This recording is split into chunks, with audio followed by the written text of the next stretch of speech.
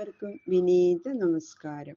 ശ്രീമദ് ഭാഗവതം ദശമസ്കന്ധം അധ്യായം 21 ശ്ലോകം 13, 14, 15, 16 4 ശ്ലോകങ്ങൾ ഇന്ന് നമുക്ക് നോക്കാം. ആ വേണുഗാനത്തിനെ പറ്റി വർണ്ണിച്ചുകൊണ്ടുള്ള ആ ഗോപസ്ത്രീകളുടെ വർണ്ണന. അവര് ഭാവനയില് ഓരോരുത്തരും കാണണു, അവർക്കത് ആസ്വദിക്കാൻ പറ്റണില്ലല്ലോ എന്നുള്ള ആ ദുഃഖം. കൃഷ്ണായ വാസുദേവായ ഹരയേ പരമാത്മനേ പ്രണതക്ലേശനാശായ ഗോവിന്ദായ നമോ നമഃ. ഓം നമോ ഭഗവതേ വാസുദേവായ. ഓം നമോ ഭഗവതേ വാസുദേവായ. ശ്ലോകം 13. ഗാവശ്ച കൃഷ്ണമുഖ നിർഗത വേണുഗീത പീയൂഷമുത്തപിത കർണപുടൈ പിബന്ധ്യ ശാവാസ്നുതസ്തനവയ കവളാസ്മതസ്തു ഗോവിന്ദമാത്മനി ദൃശ അശ്രുകലാ സ്പൃശന്ത്യ. വേറെ ഗോപസ്ത്രീകൾ പറയണു, ഹേ സഖികളെ, പശുക്കൾക്കും ആ പശുക്കുട്ടികൾക്കും കൂടി ആ ശ്രീകൃഷ്ണന്റെ പേരിലുള്ള സ്നേഹവിശേഷം ഒന്ന് കാണുക.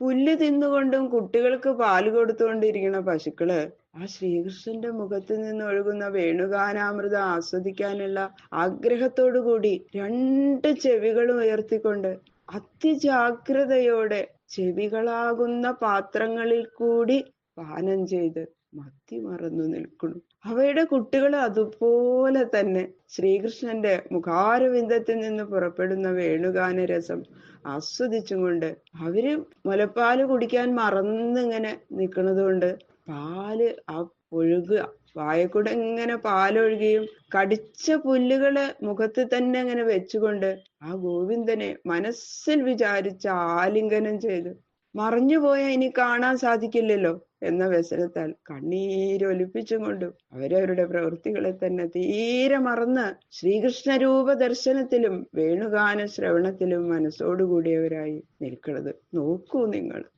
പറയണു ആ ഗോപസ്ത്രീ. കേവലം പശുക്കൾക്ക് കൂടി ഇങ്ങനെ ശ്രീകൃഷ്ണ ദർശനത്തിനും വേണുഗാന ശ്രവണത്തിനും ഭാഗ്യം സിദ്ധിച്ചത് കൊണ്ട് അവർ തന്നെയാണ് ഏറ്റവും ധന്യകള് എന്ന് പറയുന്നു. പിന്നെ അവരതന്നെ പറയണേ, ശ്രീകൃഷ്ണ ദർശനത്തിന്മീതെ നേത്ര സാഫല്യപ്രദമായ കാഴ്ച മറ്റെന്തിരിക്കണം, ആശ്ചര്യം. ഇപ്പൊ വേണുഗാനം ചെയ്തുകൊണ്ടിരിക്കുന്ന നാളൊരു വീഡിയോ കണ്ടു. ഒരു കുട്ടി ഇങ്ങനെ ഓടക്കുഴൽ വായിച്ചുകൊണ്ട് നിൽക്കുക. എവിടുന്നാന്നറിയില്ല ഈ പശുക്കൾ ഓടി വന്ന് ആ കുട്ടിയുടെ ചുറ്റും ഇങ്ങനെ നിന്ന് ആ കുട്ടിയെ ഇങ്ങനെ നക്കണു, വസ്ത്രങ്ങൾ പിടിച്ചു വലിക്കണു. അത് വല്ലാത്തൊരു ആകർഷണം അത് ഇപ്പോഴും ആ പശുക്കൾക്കുണ്ട്. ഒരു അത്ഭുതം തന്നെയാണ്. ഗോശാലകളിലൊക്കെ ഇപ്പൊ പല സ്ഥലത്തും തുടർച്ചയായിട്ട് ഈ ഫ്ലൂട്ട് ഇങ്ങനെ വെച്ചുകൊണ്ടിരിക്കുന്നുണ്ട്. അവർക്ക് പാലും കൂടി കൂടുതൽ കിട്ടുന്ന പറയണത് പശുക്കൾക്ക്. അവർക്ക് ഒരു ആനന്ദമാണ് ആ വേണുഗാനം കേൾക്കുമ്പോൾ. അതാണ് ആ ഭഗവാന്റെ ആ വേണുഗാനം ഓരോ പശുക്കളെ ഇപ്പോഴുള്ള പശുക്കൾക്കും അത് തന്നെ, അവരുടെ മനസ്സിലും അത് തന്നെയാണ് ഉള്ളത്. എന്തൊരു അത്ഭുതം അല്ലേ. അപ്പൊ ഈ ഗോപസ്ത്രീ അത് കണ്ടുകൊണ്ട് തന്നെയാണ് പറയണത്. ഏതാ ഭാവനയിൽ കാണുന്നതാ അല്ലെ.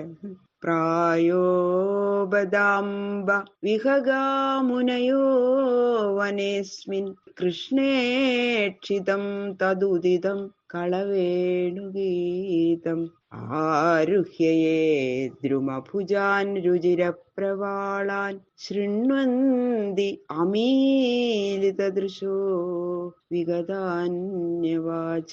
അല്ലയോ സഖി, ഈ വൃന്ദാവനത്തിലുള്ള പക്ഷികള് മഹർഷിമാർക്ക് തുല്യങ്ങളാ. എന്തുകൊണ്ടെന്നാൽ മഹർഷിമാര് സർവകർമ്മ പരിത്യാഗം ചെയ്തവരാ അല്ലെ. അവര് വേദദ്രുമശാഖകളിൽ ഇരുന്ന് സൽക്കർമ്മങ്ങൾ അനുഷ്ഠിച്ച് ശ്രീകൃഷ്ണന്റെ രൂപത്തെ ഹൃദയകമലത്തിൽ കണ്ടുകൊണ്ട് ഇങ്ങനെ അർത്ഥോന്മീലിത നേത്രന്മാരായിട്ടും ധ്യാനത്തിലുണ്ടാവുന്ന ആ നാദമാകുന്ന വേണുഗാനം കേട്ടുകൊണ്ടും യാതൊന്നും സംസാരിക്കാതെയും ഏകാഗ്ര ചിത്തത്തോടെ തദേക ധ്യാനമായിട്ട് ഇരിക്കണവരാണ് ഈ മഹർഷിമാര്. അങ്ങനെ വൃന്ദാവനത്തിലിരിക്കുന്ന പക്ഷികള് ഈ മഹർഷിമാരെ പോലെ അതിമനോഹരങ്ങളായ ഇളന്തളിരുകളോടുകൂടിയ മരക്കൊമ്പുകളിൽ ഇരുന്ന് ശ്രീകൃഷ്ണന്റെ ദിവ്യ വിഗ്രഹം കണ്ടുകൊണ്ട് കണ്ണടയ്ക്കാതെയും ശ്രീകൃഷ്ണ മുഖത്തിൽ നിന്ന് പുറപ്പെടുന്ന അവ്യക്തമധുരമായ ആ വേണുഗാനം കേട്ടും കൊണ്ട് അവരുടെ സ്വാഭാവികമായ ശബ്ദമൊന്നും ഉണ്ടാക്കാതെ ഇരിക്കുന്നു. ഈ പക്ഷികള് മഹർഷിമാരെ പോലെ ധ്യാനം ചെയ്ത് ഇങ്ങനെ ഇരിക്കുന്നു. അതുകൊണ്ട് ആ പക്ഷികളെ മുനിതുല്യങ്ങൾ തന്നെ, മുനിമാരെ പോലെ തന്നെയാ. മഹർഷിമാർക്ക് എത്ര യോഗ്യതയുണ്ടോ അത്ര തന്നെ യോഗ്യത ഈ വൃന്ദാവനത്തിലിരിക്കുന്ന വിശേഷ ബുദ്ധിയില്ലാത്ത പക്ഷിമൃഗാദികൾക്കും കൂടി സിദ്ധിച്ചിരിക്കുന്നു. എന്തൊരു ഭാഗ്യം അവരുടെ! എന്തു പറയട്ടെ, ആശ്ചര്യം തന്നെ എന്നേ പറയാനുള്ളൂ എന്ന് പറയാ ഗോപസ്ത്രീ.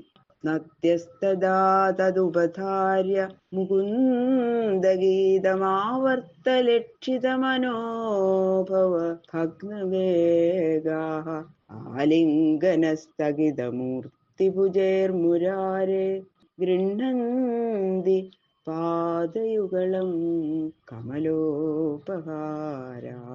ജീവനുള്ള പ്രാണികളുടെ കഥ ഇരിക്കട്ടെ, അചേതനങ്ങളായ നദി, ആ നദികളുടെ കാര്യം കേട്ടോളൂ കേട്ടോ എന്ന് വേറെ ചില ഗോപികൾ പറയാ. അല്ലയോ സഖികളെ, വേണുഗാനം പ്രസരിപ്പിച്ച് സകല ജീവികളുടെയും സമസ്ത സന്താപത്തെയും നശിപ്പിച്ച് സാക്ഷാൽ മോക്ഷസുഖം നൽകുന്ന ഭഗവാന്റെ വേണുഗാനം കേട്ടിട്ട് നദികൾ കൂടി മന്മഥ താപമുള്ളവരായിട്ട് ഭവിച്ചിരിക്കുന്നുവോ എന്ന് തോന്നുന്നുണ്ട് എനിക്ക് എന്ന് പറയാതെ. എന്തുകൊണ്ടെന്നാൽ ശ്രീകൃഷ്ണൻ ഗാനം ചെയ്യുമ്പോൾ വൃന്ദാവനത്തിൽ കൂടി ഒഴുകുന്ന കാളീന്തി മുതലായ നദികൾ കാണപ്പെടുന്ന ചുഴികള് ഗാനശ്രവണ നിമിത്തം അവയ്ക്കുണ്ടായ പരിഭ്രമത്തെയാണ് സൂചിപ്പിക്കുന്നത്. ഇതേവരെ ചുഴിയൊന്നും ഉണ്ടായിരുന്നില്ലല്ലോ, വേഗം ഇങ്ങനെ കുറഞ്ഞു വരുന്നു കാളീന്തിയുടെ. അതുകൊണ്ട് മദനതാപ നിമിത്തം നദികൾ കൂടി ചിന്താമഗ്നകളായിരിക്കണോ എന്ന് തോന്നുന്നുണ്ടെന്ന്. എന്ന് മാത്രല്ല, വികസിതങ്ങളായ താമരപ്പൂക്കൾ, താമരപ്പൂ ഇങ്ങനെ ഒഴുകി വരുന്നുണ്ട് ആ നദിയിലെ. അത് തിരമാലകളാകുന്ന കൈകൾ കൊണ്ട് എടുത്തിട്ട് ആ ശ്രീകൃഷ്ണ പാദയുഗളത്തില് കാഴ്ചദ്രവ്യമായി സമർപ്പിക്കണു അവര്. അങ്ങനെ മദനതാപം തീർത്തു തരണേ എന്ന് അവയും പ്രാർത്ഥിക്കുകയാണോ എന്ന് ഞാനും ഊഹിക്കണു എന്ന് പറയണ ഗോപശ്രീ പറയാം. ഭഗവാന്റെ പാദത്തിലേക്ക് ഇങ്ങനെ കൊണ്ട് കാഴ്ച വെക്കുകയാണ്, ഞങ്ങളുടെ മദനതാപം തീർത്തു തരണേ എന്ന് ആ നദി കാളീന്തി പ്രാർത്ഥിക്കണതാണെന്ന് എനിക്ക് തോന്നണതെന്ന്. അതുകൊണ്ടേ സഖിമാരെ, അവര് ആ നദികള് നമ്മളെക്കാളും ഭാഗ്യവതികളാ, നമ്മളെക്കാളും ധന്യകളാ. അപ്പൊ ഇവർക്ക് എന്താ ഒന്നും ചെയ്യാൻ പറ്റണില്ല. അതാണ് ഈ അവരുടെ ഭർത്താക്കന്മാരെ എപ്പോഴും ഇങ്ങനെ ശ്രീകൃഷ്ണന്റെ അടുത്തേക്ക് ഇവര് പോണ കാണുമ്പോ അവരെ ശകാരിക്കുകയാണ് ചെയ്യണത്. അപ്പൊ ശ്രീകൃഷ്ണന് കാഴ്ചദ്രവ്യം സമർപ്പിക്കണം എന്നൊക്കെ അവർക്കുണ്ട്. അവർക്ക് അത് പറയാനോ ഇഷ്ടകാര്യം ഭർത്താക്കന്മാരോട് പറയാനോ ഒന്നും നമുക്ക് ഇത്ര സ്വാതന്ത്ര്യം ഇല്ലല്ലോ എന്നുള്ള വ്യസനാണ് അവരുടെ. അതാണ് അവര് പ്രകടിപ്പിക്കുന്നത്. ദൃഷ്ട്വാതപേ വ്രജപശൂൻ സഹരാമഗോപൈ സഞ്ചാരയന്തം അനുവേണുമുദീരയന്തം പ്രേമ പ്രവൃദ്ധൗദിത കുസുമാവലീഭി സഖ്യോയഥാൽ സ്വപുഷാംബുദ ആദപത്രം.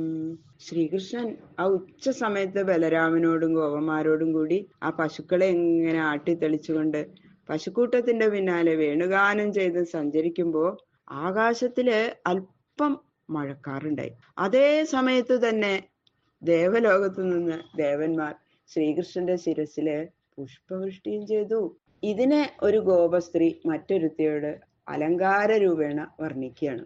മേഘം സൂര്യോഷ്ണ നിമിത്തമുള്ള ദുഃഖം തീർക്കുന്നത് പോലെ ശ്രീകൃഷ്ണൻ സംസാര സന്താപത്തെ ഭക്തന്മാർക്ക് ഇല്ലാണ്ടാക്കുന്നു. ഈ രണ്ട് സംഗതികൾ നിമിത്തം ശ്രീകൃഷ്ണൻ മേഘത്തിന്റെ സുഹൃത്ത. വെയിലത്ത് നിന്ന് താപം അനുഭവിക്കുന്നത് കണ്ടപ്പോ താപം തീർക്കാൻ മേഘം പുറപ്പെട്ടു. അതിസ്നേഹം നിമിത്തം ശ്രീകൃഷ്ണന്റെ തലയ്ക്ക് മീതായിട്ട് ഉപരിഭാഗത്തില് മേഘം അങ്ങനെ പരന്നു, വെയിൽ കൊള്ളാതിരിക്കാനേ. അങ്ങനെ സൂര്യതാപം മറച്ചു. പിന്നെതാ എന്നിട്ടോ പുഷ്പവർഷവും ചെയ്തു. ഉഷ്ണിച്ച സുഹൃത്തിനെ കൊട പിടിച്ചു കൊടുക്കുകയും പുഷ്പം കൊടുക്കുകയൊക്കെ ചെയ്യുന്നത് സ്നേഹധർമാണല്ലോ. സ്നേഹമുള്ളവരല്ലേ അങ്ങനെ ചെയ്യാം. അചേതനായ ആ മേഘവും കൂടി തരം കിട്ടുമ്പോ ഭഗവത് സേവ ചെയ്യണു. മൂഢകളായ നമ്മള് ശ്രീകൃഷ്ണന് യാതൊരു ഉപചാരവും ചെയ്യുന്നില്ലല്ലോ, നമുക്ക് അതിന് സാധിക്കണില്ലല്ലോ എന്ന് പറഞ്ഞിട്ടാണ് അവർക്ക് വിഷമിക്കുന്നത്. ബാക്കിയുള്ള ശ്ലോകങ്ങൾ നാളെ നോക്കാം.